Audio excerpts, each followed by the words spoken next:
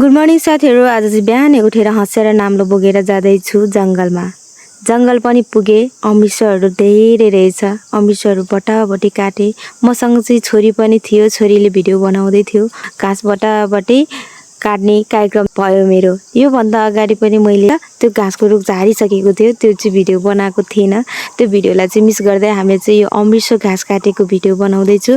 त्यसपछि साथीहरु अमृतसर घाँस त हाम्रो त रोपेकै हुन्छ, सजिलो हुन्छ, धेरै टाढा त जानु परेन।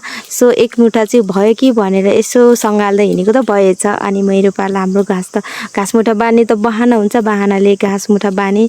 अनि त्यसपछि मलाई भारी पुग्छ कि भन्ने विचार गर्यो। भारी पुग्छ कि भनेर मुठा बाँधेर हिँडे। त्यसपछि उता घाँस काटिसकेको थिएँ अर्को। अनि घर जानुपर्छ भन्ने सोच आयो। अनि यसो हेरेको त घाँस भारी त पुग्ला जस्तो भयो। अनि विचार गर्दैछ भारी हाल्ने विचार। अब चाहिँ घाँस भारी हाल्न लागेको साथीहरु। घाँस भारी पुग्यो। घाँस भारी हाल्न सुरु गरे है। मैले नाम्लो पनि बिछाइसके। मुठा पनि ठुल्ठुलो थियो। अनि त्यसपछि सबैभन्दा अगाडि त सानो मुठा हाल्नुपर्छ भन्ने विचार गरे। सानो मुठा हाले। त्यसपछि त्यस्तै गर्दै एकाएक मुठा हाल्दै ठुलो भारी होला कि जस्तो पनि लागिरहेछ साथीहरु। अनि त्यसपछि मैले चाहिँ मज्जाले कसनु पर्छ, नभए भारी बिग्रिन्छ भनेर मज्जाले कसे।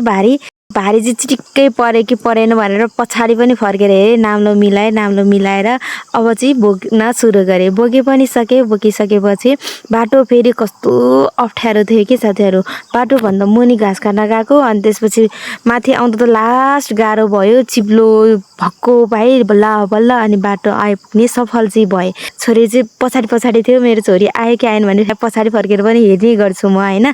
त्यसपछि चाहिँ एक ठाउँमा भारी बिसाए। साथीहरु हाम्रो छोरी चाहिँ भिडियो क्यामेराम्यान। अनि यहाँ गुराँस फुल फुलिरहेको छ। रुखमा चढ्न त बच्चैदेखि च्याम्पियन थियो। अनि रुखमा चढे, चप्पलै लाएर रुखमा चढ्दै। छोरीले चाहिँ फुल टिप्नै पर्छ भन्ने रिक्वेस्ट गरिसकेपछि चाहिँ नाइ भन्न मैले पनि सकेन। लाली गुराँस फुल त टिपे तर किरा रहेछ। एक दुईवटा टिपे। धेरै त फुलेको थिएन। जम्मा तीनटा थुङ्गा जति फुलेको थियो। किराले टोकेर रोक्नै सकेन। छिटछिटो हाम फाले। अनि केले टोक्यो भने गालाम सुमसुमाए। कमिला रहेछ।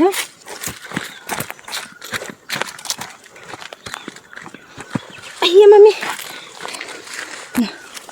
कमिला त पुग्दैन होला है। यसमा चाहिँ धेरै छैन। गुराँस फुल्दा बनै रमाइलो।